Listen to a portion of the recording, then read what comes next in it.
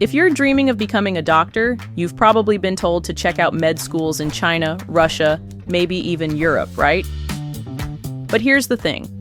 What they don't tell you is the tech is outdated, clinical exposure is limited, and in many places, language is a barrier. Now compare that with BIMS in Jamaica.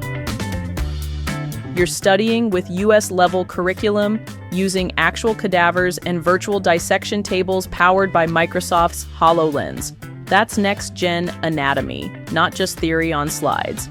Plus, you're saving 2 full years compared to traditional MBBS programs. That's 2 extra years of earning, learning, and moving forward.